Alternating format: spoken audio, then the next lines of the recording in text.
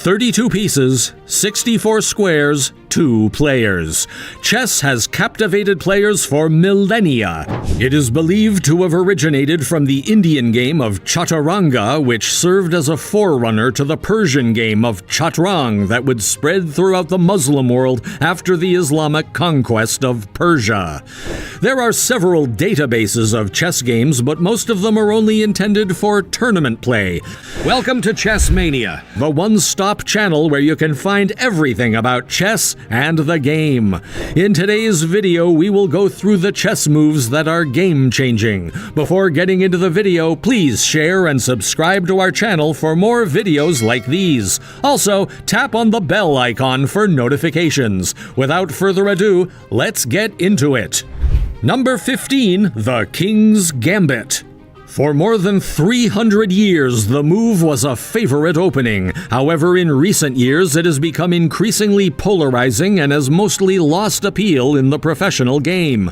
U.S. Grandmaster and chess prodigy Bobby Fischer stated, "In my opinion, the King's Gambit is busted," in his renowned 1961 piece, A Bust to the King's Gambit.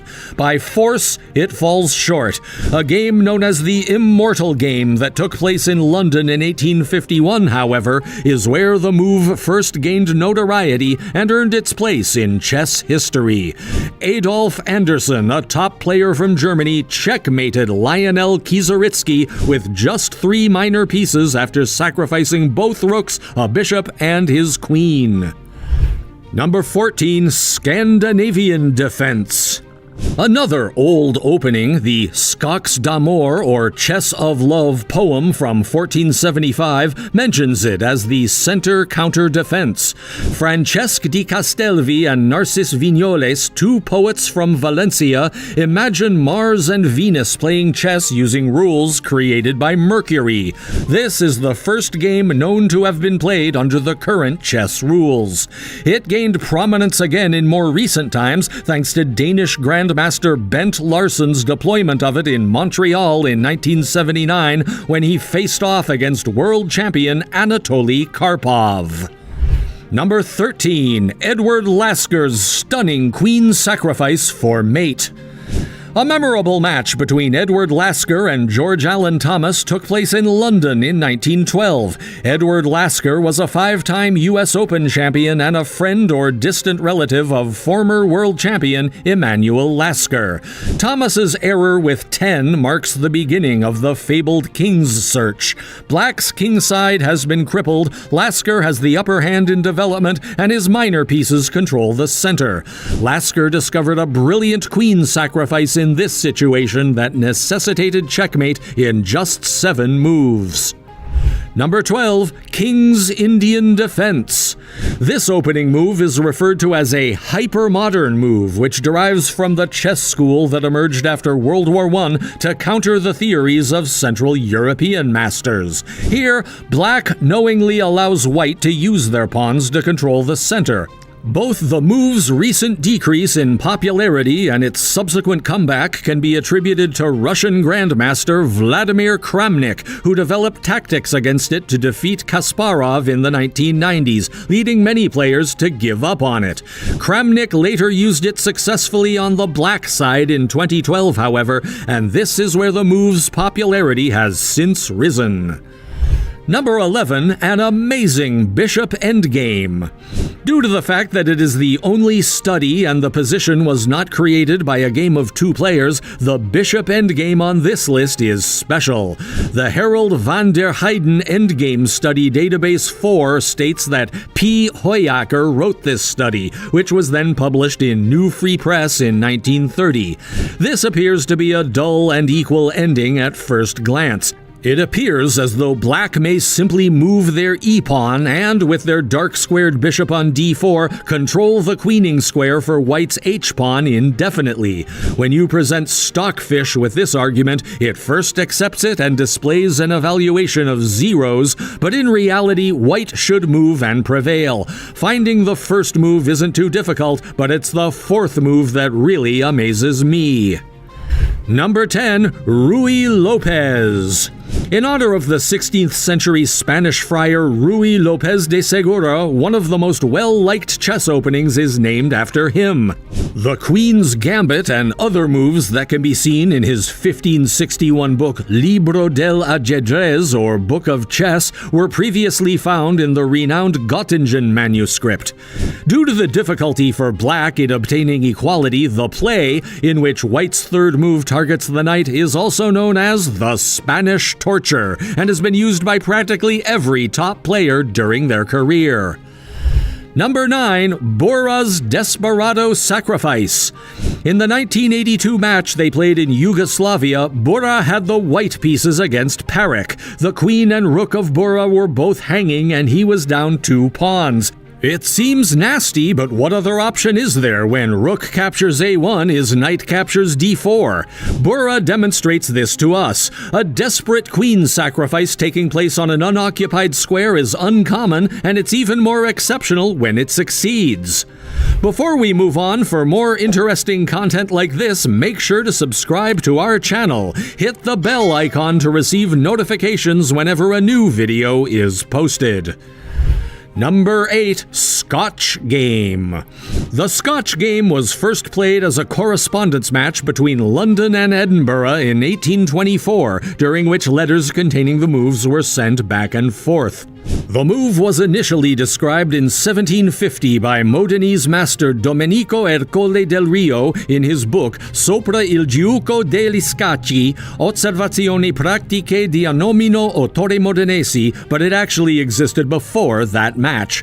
Many grandmasters, including Kasparov, have used the move to block the Ruy Lopez, another well-known move. Number 7. Geller's Rook and Pawn Endgame. The first move in the top 5 is I am Danny Wrench's personal favorite, and he is the chief chess officer of Chess.com. In the 1949 USSR Championships, GM Efim Geller played black against GM Salo Flor, and they eventually came to the Rook and Pawn Endgame that is seen below. Geller is ahead by 1 pawn, but his rook is under attack. His additional pawn on a4 could be lost if he permits white to capture the e5 pawn with a check. Number 6. Albin Counter Gambit. Adolf Albin, a Romanian chess player who used it in a match against German world chess champion Emanuel Lasker in 1893, is credited with giving this opening move its name. Despite being named after Albin, the clever move was actually played for the first time 12 years earlier in 1881. Number 5. Vladimirov's Thunderbolt.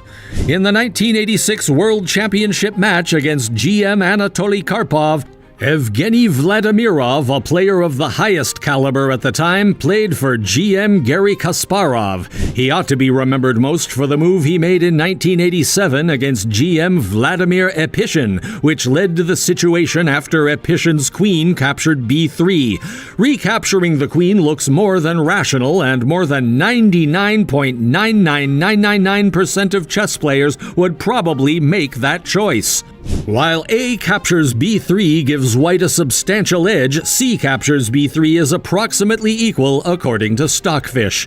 Vladimirov, on the other hand, had other ideas, and he discovered the one move that instantly wins. Number 4. The Four Knights Game. The move is a part of the open game, a play that starts with e4 and e5 and employs the develop knights before bishops approach. Prior to the First World War, the strategy, which involved inserting the knights into positional play, was widely used. Number 3. Marshall's legendary move. The move Frank Marshall made in this game is unquestionably the best move he has ever made. Frank Marshall was renowned for his amazing attacks and strategies. At the 1912 Breslau tournament, Marshall played black against Stefan Levitsky, and after Levitsky 23, the following position was reached. Although black has a number of plays that could help it keep the lead, one of them stands out in this scenario. One of those maneuvers that rapidly sticks in people's recollections is this one. It is unforgettable to position a queen on a square where it can be grabbed so frequently and still come out on top. Number 2. English opening. This flank opening is named after the English chess player Howard Staunton, who employed it to defeat Pierre-Charles Fournier de Saint-Amand in 1843, causing a major upset. The movement really took off in the 20th century. It is regarded as a reliable opening and has been utilized by players like Bobby Fischer and world champion Garry Kasparov. Number 1. The Queen's Gambit. One of the most traditional chess openings is the Queen's Gambit. It was used in 32 out of 34 games in the 1927 World Championship match between José Raul Capablanca and Alexander Alekhine. It was mentioned in the Latin source from 1490 known as the Göttingen manuscript. It is often referred to as the Aleppo Gambit in recognition of Philip Stamma, an Aleppo native who in 1793 published The Noble Game of Chess.